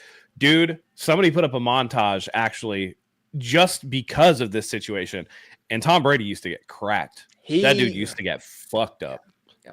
The only thing that changed because of Brady was the below the knee hit. Below the knee hit, yeah. Which because they lost an entire season for that. Yes. Yeah. They would let him get hit. So are any other thoughts on this like game? I also agree with this. Allen ain't nearly as bad as Mahomes is. Mahomes is the fucking worst. Well, it's bad in the sense that he's so big and it's so blatantly obvious that you're not falling to the ground off of some. Well, but here's the other thing too. He's doing it in the field of play, not going out of bounds, and not so like blatantly where you take another half step and then it's like, oh shit, I forgot to fall down. Hold up, let me fall down real quick. You know, like this one was so blatant that it was just like that was the worst one I've seen, and that's why it cost such I did see Josh Allen do one where he like flopped and they didn't call nothing, and he got up and he was laughing about it because he was like, yo, I was trying. He knows I tried it. Yeah, he was like, yeah, he will own it. He will. Oh, for sure, for sure. I will give him that for sure. For sure. I'm going to send this compilation in the chat for you guys to watch. It's like 2 minutes, but it's just all of Josh Allen's flop. And conveniently, it's from the GOAT Mahomes is the account that I found it from. It was the first one that came up when I searched Josh Allen flop. You don't have to watch it now. It's just it's a funny watch. You said 2 minutes. It's 58 seconds, and they're doing multiple replays, bro. Oh, I thought it said a minute and 58 seconds. No, it's 58 seconds. Yeah. There's plenty. It's a known thing, but a lot of these are dead ball too, dude. That's different. If he's trying to draw one because people are shoving him after a play is over, I'm okay with that. I'm okay with that level of flop. I would prefer it's not happening at all. It's like, come on, let's sure, but I mean, it's between the whistles, you know. It is what it is. All right. I do like your idea of unsportsmanlike conduct for blatant flops and stuff like that. Mm-hmm. It needs to be something needs to be done, because if not, there's no disincentive for these quarterbacks to stop doing it. There's no penalty. There's nothing. So why not try? Like Matt said, if you're going to do everything you can to win the game, why not do it? They need to be able to review these personal fouls against quarterbacks too on these slides. Yeah. That needs to be something that's reviewable, like the way they do in college for targeting. Yeah, I think I saw Rich Eisen say every 15-yard penalty should be reviewable. I agree with that. It's such a game-changing penalty. 15 yards. Yep. It should be reviewable. Okay, let's look forward to Championship Sunday. We got one more game to review. Oh, you're right. Bills Ravens, the Sunday night game. This Very one fun was a fun game in the snow. The Bills ended up taking it 27-25, and a lot of people are blaming Mark Andrews for dropping the 2-point conversion. People aren't talking about the 2 boneheaded turnovers that Lamar Two of some of the worst fucking turnovers you'll ever see. Ridiculous fumble Mark Andrews had earlier in the game. That was yeah. But what are your guys' thoughts on this game? Again, team. Go ahead, Mike. Go ahead. I'll let you go. I was just going to say I thought it was a fun game to watch. Also, I was pulling for the Bills. I felt like the final score wasn't as close as the game felt, but I could be wrong. Like it could be my bias. You know what I'm saying? I thought the Bills did a good job of controlling Derrick Henry. You know what I mean? Just Henry though. And the game kind of went the way you expected it to. It was very exciting watching Lamar Jackson and that offense march down the field at the very end, get in the end zone and go for that 2-point conversion. The drop was a surprise to me. But I wanted to ask you guys what are your guys' takes on people like lashing out at players? I'm not talking about personal threats and all that kind of shit. I don't like that. But like being upset with a player and like vocalizing it, like, oh my God, dude, you suck. I can't believe you did that. Are we talking like a barrage of tweets, or like if I were to see him I think it's fucking stupid.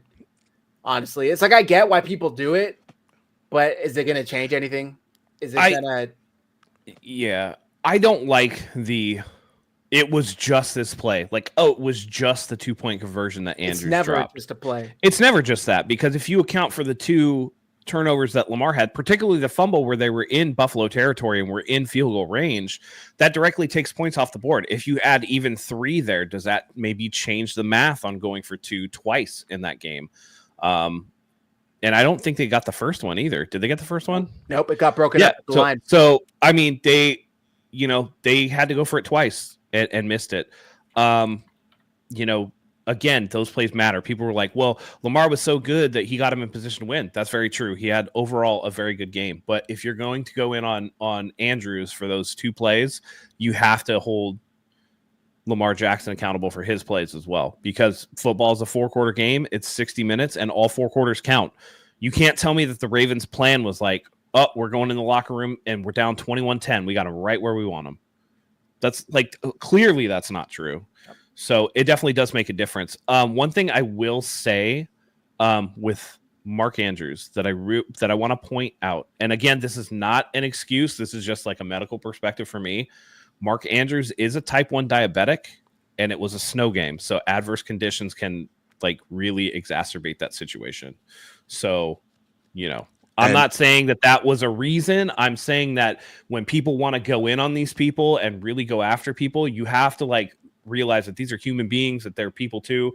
Like, we all talk shit about players like, this guy didn't play well or this and this and that, but you got to keep it to football, because like, you're hearing death threats go out to Mark Andrews and all that shit. And that's like completely inappropriate. So again, they're people at the end of the day. it's not an excuse, but like you have to kind of pay attention to that stuff. There have been a couple of NFL players that are type 1 diabetics, and they have had games where they haven't been at their best. You think about Jay Cutler, you think about Mark Andrews in this situation. You had guys like Ryan Clark with sickle cell trait that couldn't go to Denver and play there because it was dangerous for him. Like there's a lot of things that aren't necessarily football related that can affect outcomes. It wasn't his shining moment. And I don't think anybody in the world is going to feel worse than him, but it was more than just him for why the Ravens didn't win this game.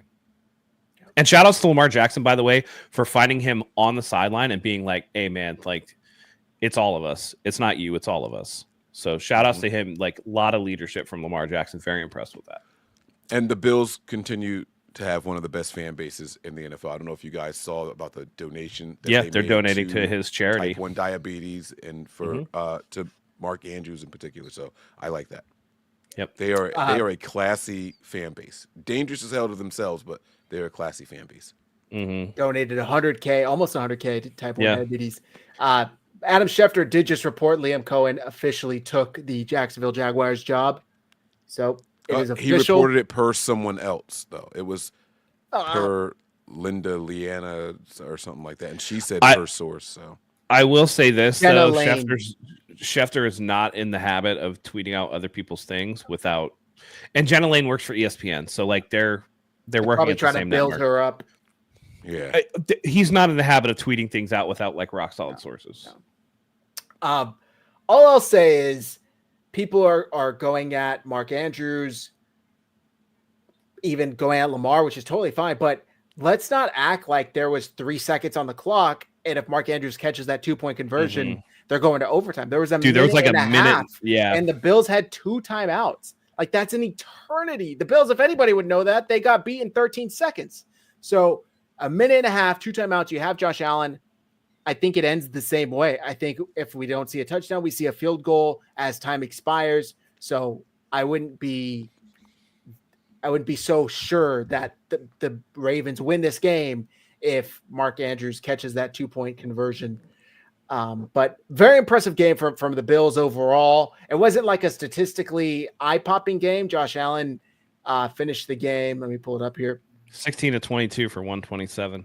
Yeah, and he had 1 rushing touchdown. Yeah. Or two, excuse me, but no passing touchdowns. The turnovers really were the difference. Yeah, and here's the thing. But turnovers made the difference. Same situation as in the Kansas City game, or the Philadelphia game, excuse me, where it's a weather game, and the team that played the cleaner game ended up winning the game. And again, you'll get a lot of people that will use, and again, this is not to go after like Lamar Jackson or anything, but people will blindly defend Lamar Jackson and be like, he had him in a position to win it, as if the first half turnovers didn't make a difference, and they totally did. And you have to look at it as a 4-quarter game. You play that game clean and they get points on some of those drives, then maybe they're actually in a position to not only, tie the game at that point, but actually take a lead. And then it's all up in the air from there, because I would say there's a difference in pressure when you have a minute and a half left and you're tied versus you're trailing. I do think that there's a huge difference in pressure there. So placing more pressure on Josh Allen, who didn't have a fantastic game, that might have been the difference. Okay, let's look forward to championship weekend. We don't have to, delve too deep in it. Give it some quick predictions. Let's start with the AFC. Is the AFC game first? The NFC game is first. Okay, well, then let's do that. Let's keep it in order. NFC, the Commanders go to Philadelphia to take on the Eagles for the 3rd time this year. Per ESPN, do they not have the line here? Oh, Philly is favored by 6. So, do you guys smell an upset here? Mike? I do. Give it to me, baby. Oh! Let's go. I am officially on the side of history. You guys know how I feel about, we'll talk about that later. But I want to see a rookie quarterback go all the way. So I'm doing it. I'm gonna hope that the defense can sell out against the run and dare Jalen Hurts to beat them with his arm. I don't think he can do it. I think that it will cause him to break and throw an untimely interception and seal the deal for the Washington Commanders. Give me the Commanders. I say final score They do have a really good defense, the Eagles. Shout out to Vic Fangio, by the way, turning things around over there. But I'm going to go final score 24-21. Okay. Matt? Listen, no rookie quarterback has ever won a Super Bowl, and that's only because no rookie quarterback has ever won a Super Bowl. It's never happened until it actually happens for the first time. Give me Washington. Cry, Eagles, cry. Die, Eagles, die. I hate Nick Sirianni. I hate Big Dumb. I hate Jalen Hurts. I hate the tush push. The only redeeming factor of that team is Saquon Barkley, who seems like a class act. But the dream ends here. It's going to be the Washington Commanders, and I'm going to say they win it 20-13. Damn. By the way, I was trying to find it, but I can't find it. There's that post. Have you guys seen that meme of like a fork in the road, and one is going to like a rainy, dark, scary looking place, and the other one's like sunshine and rainbows? It's like Chiefs, Eagles, Super Bowl, dark and rainy. Commanders, Bills, Super Bowl, sunshine and rainbows. Yeah. Please get us the Commanders, Bills. Super Bowl. I will say this. There is one caveat that I have to this. The Commanders were 29th ranked against the run, so that could be a problem. Yeah. They got to tighten that up. They're number 3 against the pass, number 29 against the run, and unfortunately, that's like the complete opposite of what the strength of the Philadelphia Eagles is. Yeah. So maybe stack an extra one in the box and just hope that your DBs can do their job all day. Right. It's going to be tough.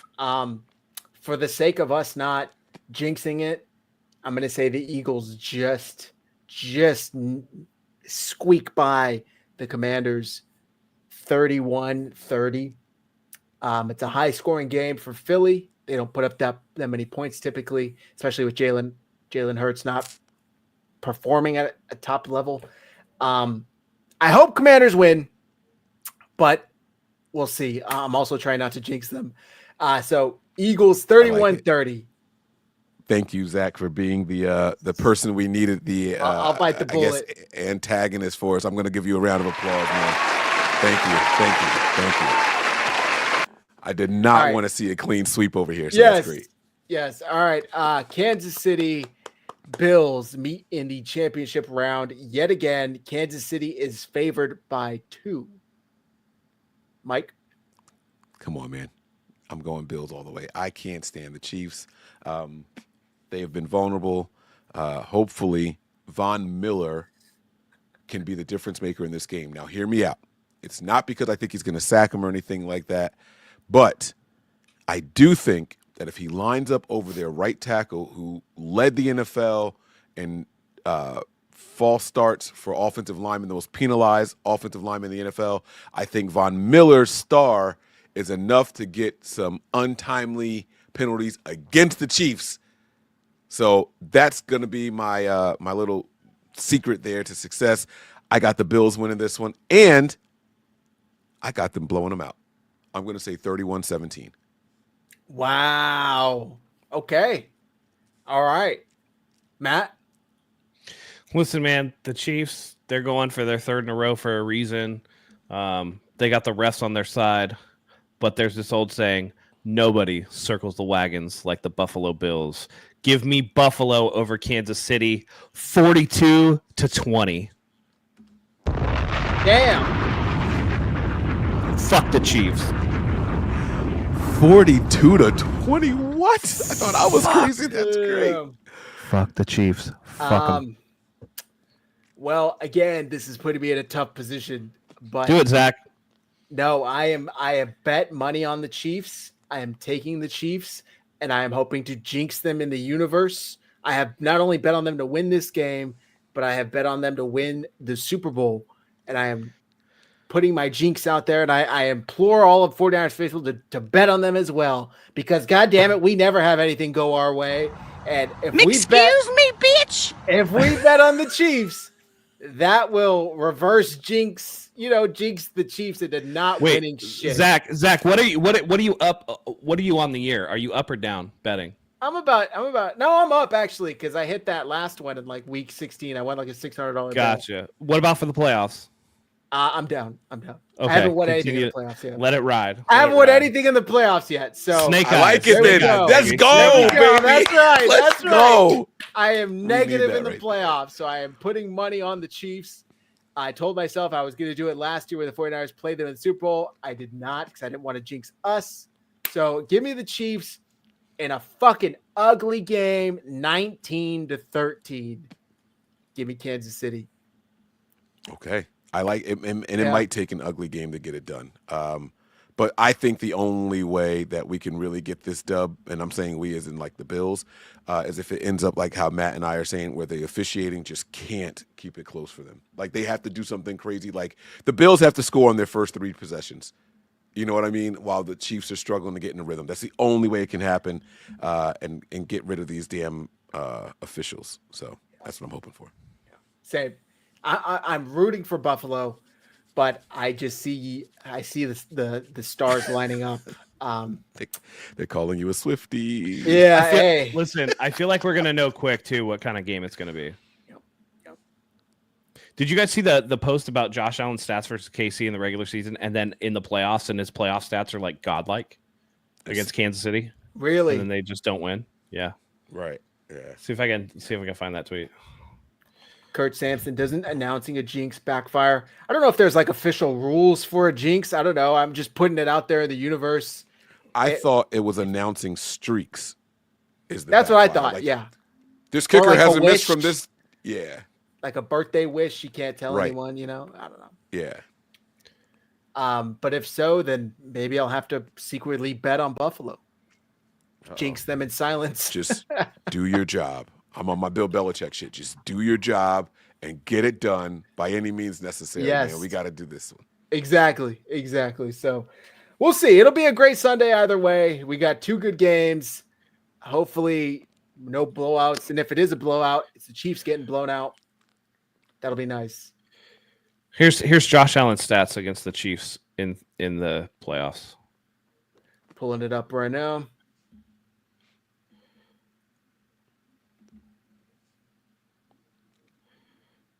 Oh, and 3. 81 of 124, 1,030 yards, 9 total touchdowns in 3 games. 0 and 3. Jeez. Oh 9-1 TD to INT. What? Yeah. All right. That's terrible. I don't know, man. Let's hope he can do it, man. Let's hope he can do it. All right, that's going to do it for tonight. I got to hit the hay.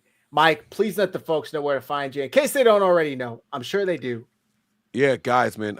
Nothing But Niners is the YouTube page. The Patreon is right down here. Patreon.com/NB9ERS. Hopefully we got some fun stuff coming to you guys sooner rather than later. We're waiting for some announcements to happen for the 49ers, so make sure you guys have those notifications turned on to both channels. And then my Twitter handle my X handle is going to be right here once this message goes away. It's Mike Andrews 83. You guys can follow me there. I don't do a whole lot of posting, but I'm there. Make sure you subscribe. Go follow him on X. Matt, please do the honors. Yeah, absolutely. Crazy day today.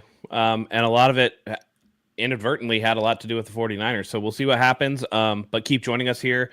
We'll see you guys with some more content soon. So for Mike, for Zach, for myself, thank you as always for joining us. We love having you here. And until next time, go Niners.